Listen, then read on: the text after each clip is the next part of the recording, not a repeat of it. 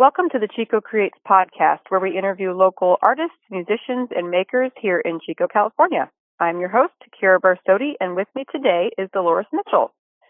Dolores received a BA in studio art and a PhD in art history from UCLA in 1970 and taught Renaissance to 20th century art history at Chico State for 30 years. She co-founded Chico's Avenue 9 Gallery, where she exhibited her art until the gallery closed in 2015. Dolores now focuses her energies on painting, and that's what we'll be talking about today.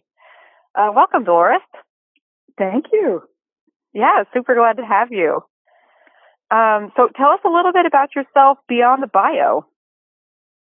Oh, all right. Let's see. Well, I was born in Chicago. Okay. And as a child, was introduced to the Chicago Art Institute. They had classes for kids, free classes for kids. Oh, that's awesome. Your teacher had to recommend you, and my teacher liked the windows that I painted with snowflakes for Christmas. Oh, nice. That's what I got to do. Very cool. Mm. I love that. And so how did you end up in Chico then? Well, when I got my PhD, I was looking for a job, and I was in England continuing some research. And so I sent out letters to absolutely every institution in California and a couple in Oregon. And I got 3 replies back, including one from Chico. So I looked up Chico on a map. It was an old map in the London Library, and it looked like it was in an Indian reservation. So I thought, well, that would be interesting. So I agreed to come to Chico, and I was hired sight unseen, which would never happen today. Yeah. But it was during a time when art historians were actually scarce. And right. Sought after. Yeah, sought after. Yeah. Yeah, so, I mean, it sounds like you loved California from your time at UCLA, and that's what prompted you to want to come back here. To California? Yeah. Oh, well, I love California. I think it's the greatest state of all the states. It has everything. Well, it absolutely does. From a painter's viewpoint, it's got mountains and deserts and ocean and, everything. Yeah. Yeah, and marvelous absolutely. Architecture, too. Yeah, no worries. So what's keeping you here then in Chico?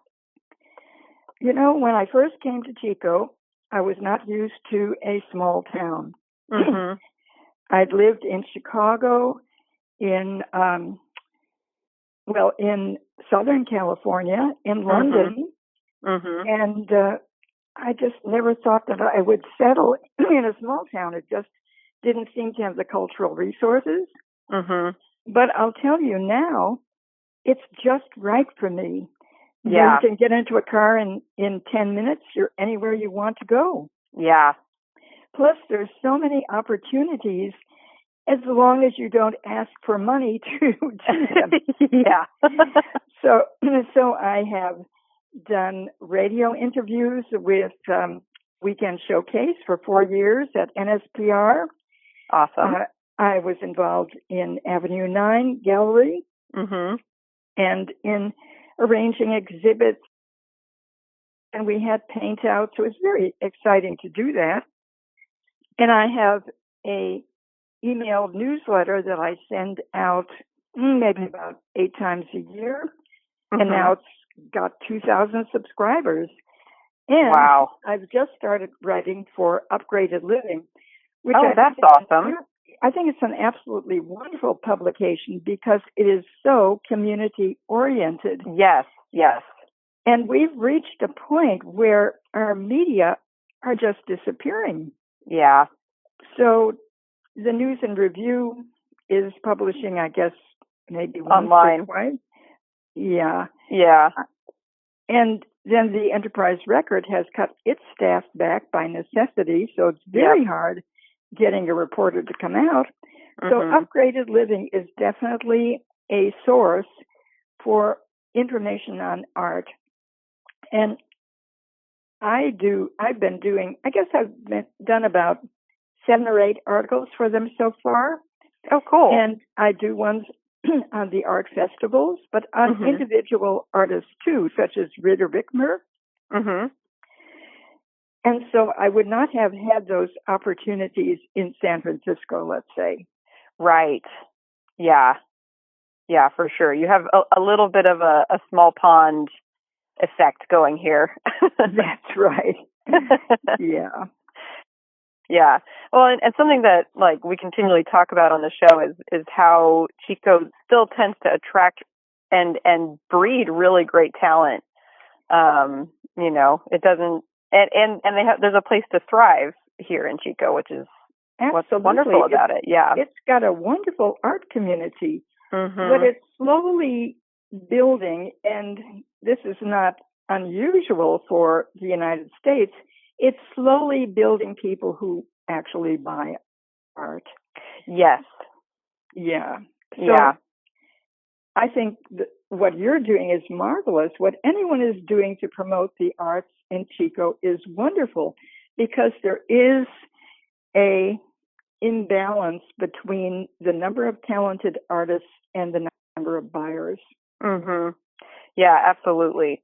Yeah, and that's something that comes up a lot too when I talk to other artists. And you would think that the internet would then open up the marketplace, but that's like going, to the whole world versus just to San Francisco.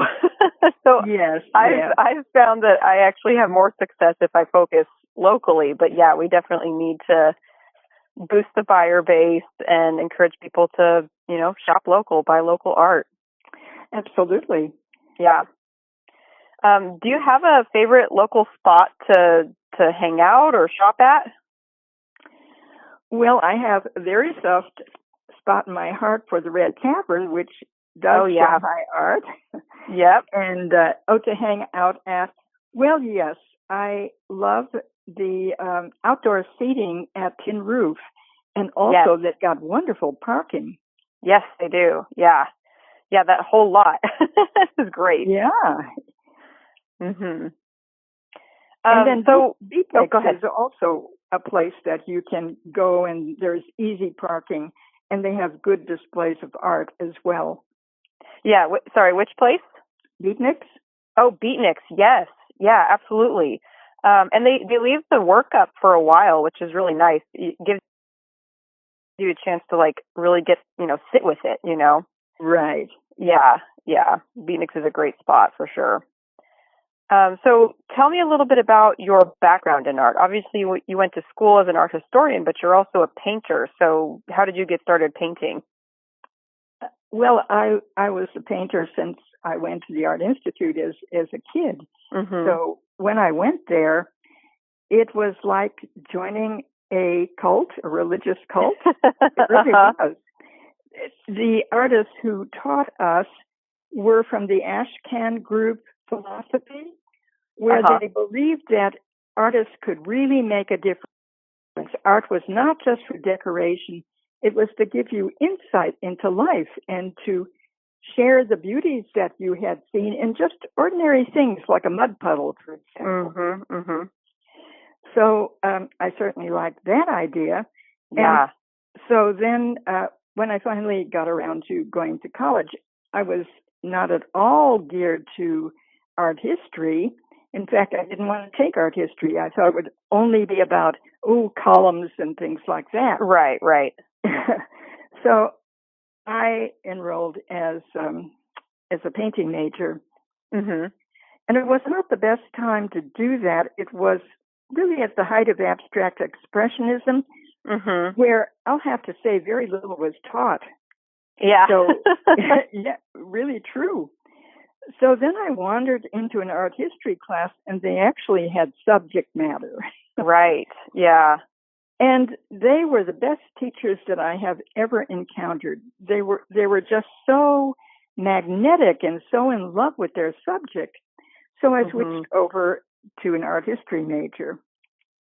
That's cool. That's very cool. I had the great fortune to take an art history class at Cabrillo College, and I was totally expecting also to just be bored to tears, but the teacher makes all the difference. He loves his subject. Absolutely. Yeah. Yes. Yeah, for sure. And now I have the wonderful opportunity of giving art history classes for OLLI, Osher Lifelong Learning. Oh, that's right. Yeah, so I've been doing that for about, I guess, the last 6 or 7 years. I usually give 2 classes a year. Very cool. Yeah. Yeah, I'll ask you about that at the end, how people can get involved in that. Okay. Yeah, would love to promote that program. That is such a great program. It is. Yeah. So what led you to your current medium or style with your landscapes and everything? Well, I think it's just a question of following what appeals to you, and the greatest appeal to me is color. Yeah. Subject. That's very apparent in your work. A subject has to capture me, so I'm not a completely abstract artist, although I have done things that are virtually abstract, like rain falling, and that's all you see. Mm-hmm. But a subject is important to me. It has to have some emotional connection. Mm-hmm. And I love the local landscape. I love almost any landscape, not so much the desert, but the North State landscape is just amazing. Yeah, it truly is. And one nice thing about it is that you have so many free-ranging animals. Yeah. I often take the train Amtrak to Southern California to visit relatives, and you pass these depressing feedlots. Yeah. And they're just so inhumane and just so devoid of any visual interest. Yeah. But here you can see sheep and cows and horses just roaming freely. Yeah. Yeah, no, it is a special place to be up here. Yeah, it really is. Mhm. Well, and I love the thing that your art program, the kind of philosophy of like sharing the beauty of everyday things. I think like that's something that really appeals to me. Is like, you know, why paint something that you can just look at or look at a photo of? It's because you're trying to capture something beyond what you just see. Yeah. Yeah. And I have seen some amazing things. It kind of makes me wonder about me. I'll tell you, well, one of the things that I saw, and I can't believe I really saw it, I was driving back from something, and it was very late at night. It was just about, well, it was almost dark, but there was a little bit of light. Mm-hmm. And I was passing this area of rice fields, and I had to stop because they were literally iridescent. Oh, wow. And I keep thinking about how could that be? How is that physically possible? But that sure is what it looked like. Maybe it was a trick of the light hitting them a certain way. But anyways, I've been doing kind of iridescent rice fields ever since. I love that. That is so cool. Man, now I want to go out in the rice paddies at night and see if I can spot some iridescent rice fields. That sounds so cool. Yeah. I love that. Do you have any studio rituals or routines when you sit down to paint? Well, I'm an early morning painter. Mm-hmm. So as soon as it's light enough to have natural light, I'm painting. Mm-hmm. In the afternoon, I'm like a vegetable. So the afternoon is okay to go out and find subject matter or maybe photograph. But, you know, if I try to paint in the afternoon, just forget it. It's very uninspiring. Interesting, now, there's one exception. I would say 5 or 6 times in my painting life, I have woken up with an idea like at 3 a.m, and I've gotten up. And I've gotten wonderful results. One of my best paintings was because of that, but it doesn't happen enough. Yeah.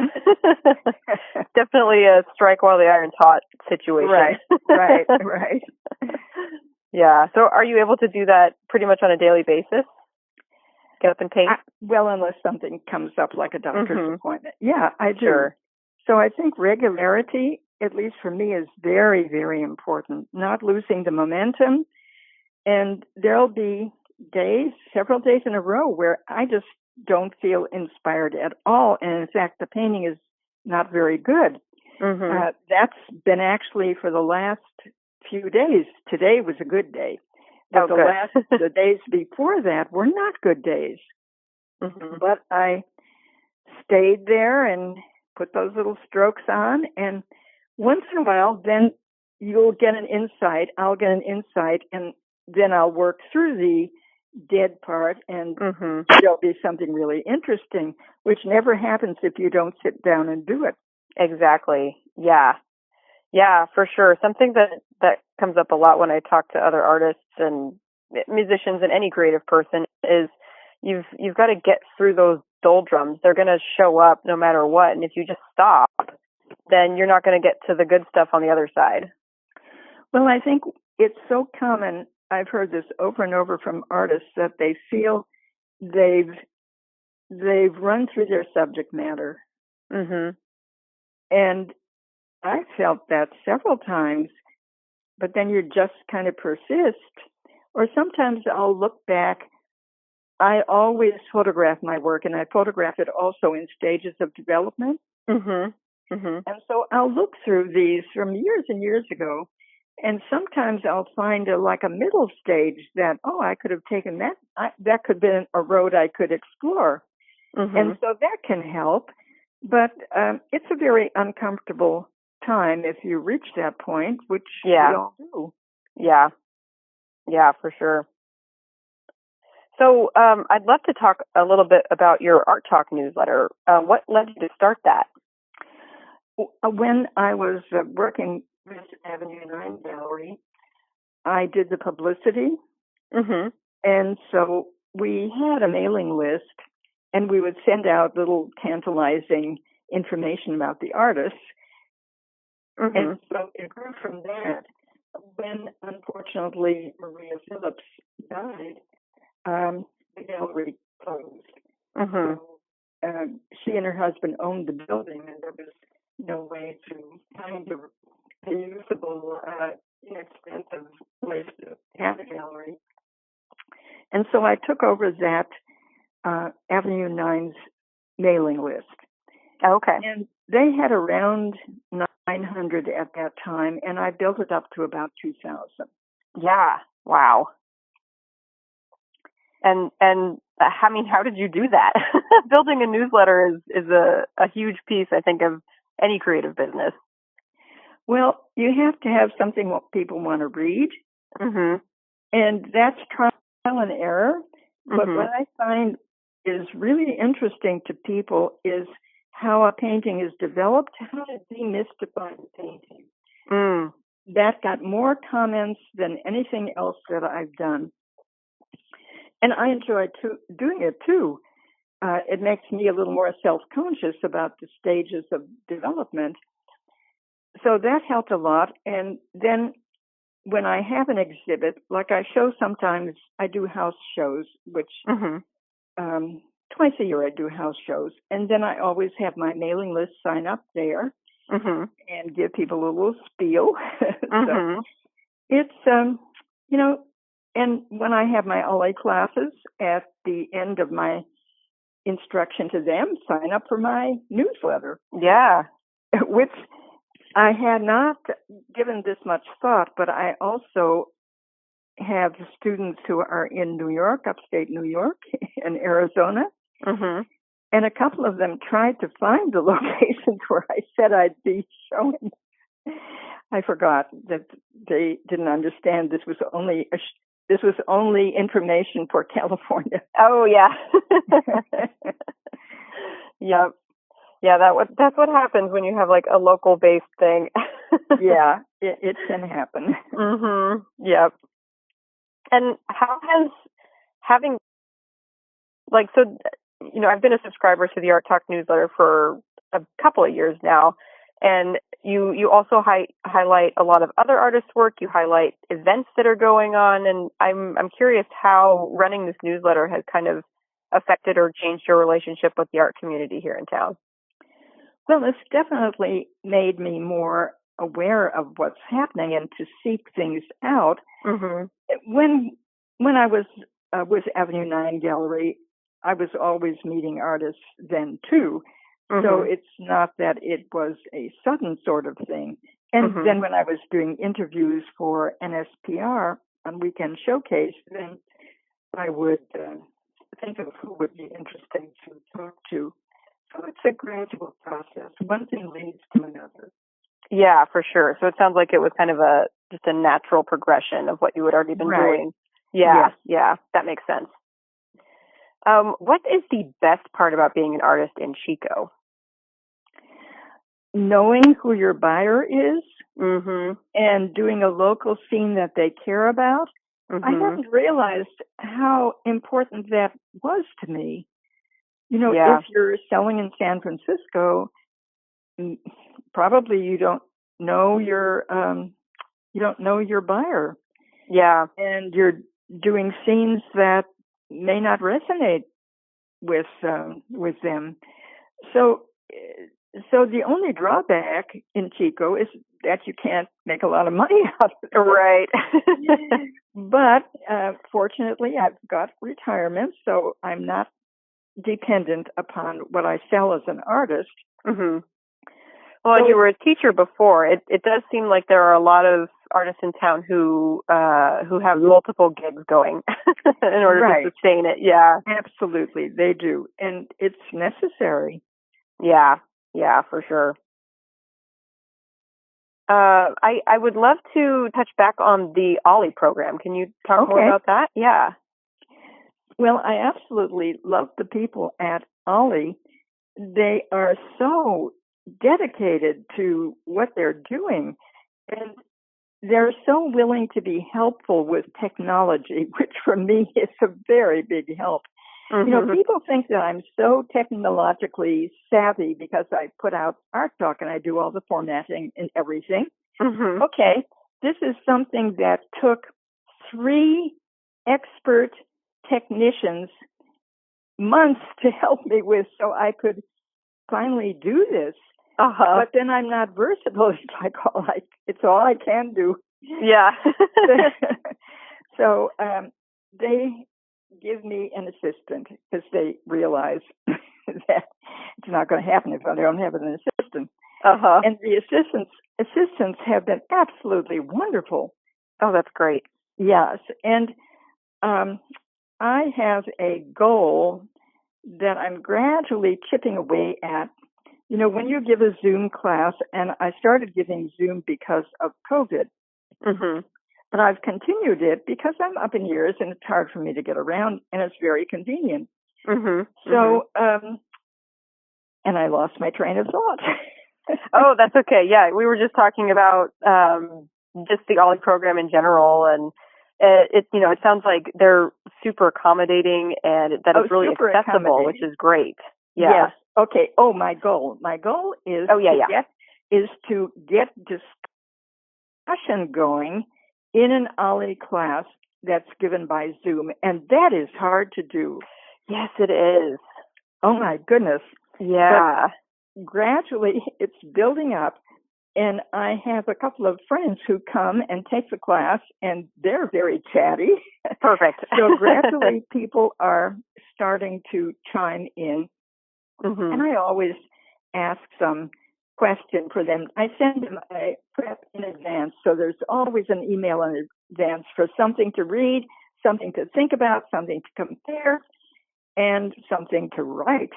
Mm-hmm. So they have some advanced preparation. And my one coming up in the fall is on 4 women artists who challenge the mores of their times. Oh, cool. Yeah. I love that subject. And the Ollie program is for adult education, right? It is, but they have opened it up to younger people now. Okay. And I think it's really great that they've done it because now there's more of a mixed population. Right. That's very cool. And they also have made it possible for you to get a variety of numbers of classes that you pay for. So you can now enroll and just pay for one class, or you can pay an overall fee and get any class for the entire year. And they keep changing it, or I would quote what the prices are. But right. People can just call the OLLI office, CSUC OLLI, and find out. And they also give classes in person, including studio classes. So you can take a class in painting, many kind of art classes. That's great. Mm-hmm. Love that. So, I mean, so you've got your women artists class coming up in the fall. Do you have anything else coming up that you're excited about? Yes, I do. Thank you for asking. Uh-huh. I am, for the first time, curating an exhibit. Oh, great. Yeah, and that's going to be for MONCA, and it opens, boy, I'll probably give you the wrong dates. It opens July 10th and runs through the 24th of August, and it's going to be a homage to Bidwell Mansion. Oh, great.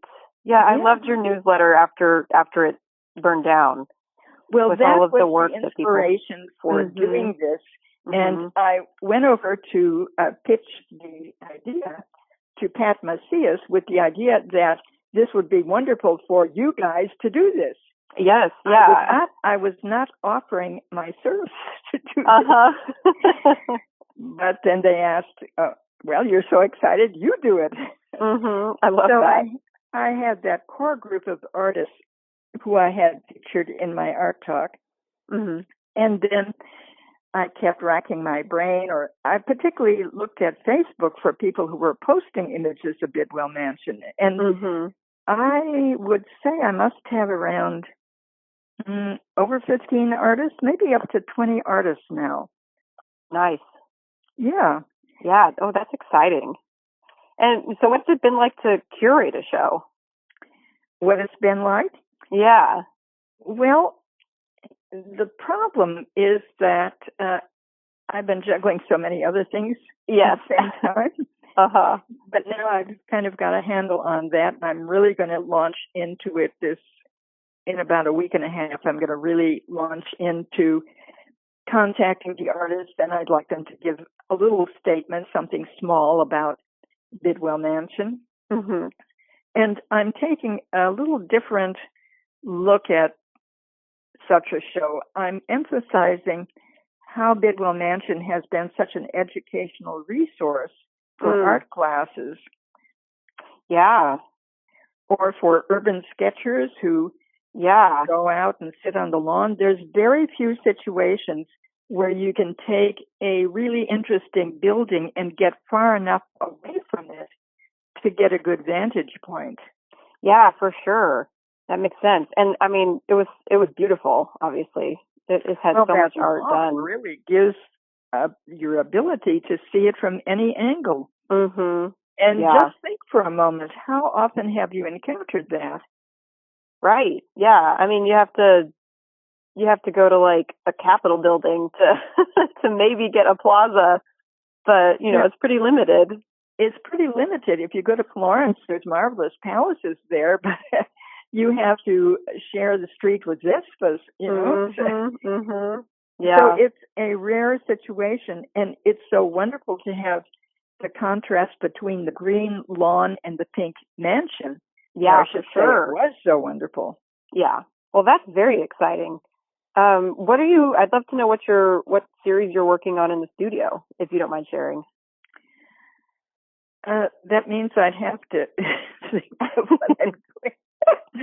Well, I did a little mini Bidwell Mansion series. So nice. I've done 6 Bidwell Mansion paintings, but that was specifically because of the destruction of the mansion. Yeah. And I don't feel compelled to paint the ruins. Mm-hmm. Although I am showing a really interesting drawing by Daniel Donnelly, who's retired from Butte College. And he did do a wonderful drawing of the ruins of the mansion. So that'll be in the show. Yeah. Oh, that's exciting. Well, I love everything that you've shared. Thank you so much for being on the show. This has been great. Oh, well, it was fun. And I'm glad you're doing the show. The more promotion for art locally, the better. Absolutely. That's why I'm doing it. Okay. All right. Well, thank you so much for being on the show, and we will see you around town. Okie doke. Bye. Bye. You can find Dolores online at DoloresMitchellArt.com. DoloresMitchellArt.com. And from there you can see her beautiful work and sign up for her Art Talk newsletter. Thanks for listening. The Chico Creates podcast is presented by and recorded at Maker Radio in Chico, California. Hosted and produced by Kira Barsotti. Production engineering and editing by Solomon Perillo. Theme song is Take Your Time by Lorna Such. We now have official merchandise: hats, totes, mugs, shirts for the whole family, and more at ChicoCreates.com. Sport your support of the show with official Chico Creates podcast merch. This show is made possible by community members like you. I would personally like to thank Melissa Thede, David LaShawn Montoya, Jonathan Greenfield, Heather Leveroni, Kaylee Huber, Troy German, Kate Thurkill, Bonnie Pipkin, Lindsay Hook, Bree Epley, Scott Grisette, and Johan Caro for their continued financial support of this project. If you'd like to join them, head over to ChicoCreates.com and scroll to the bottom of the page to become a show supporter. Thanks again for listening, and we'll see you around town.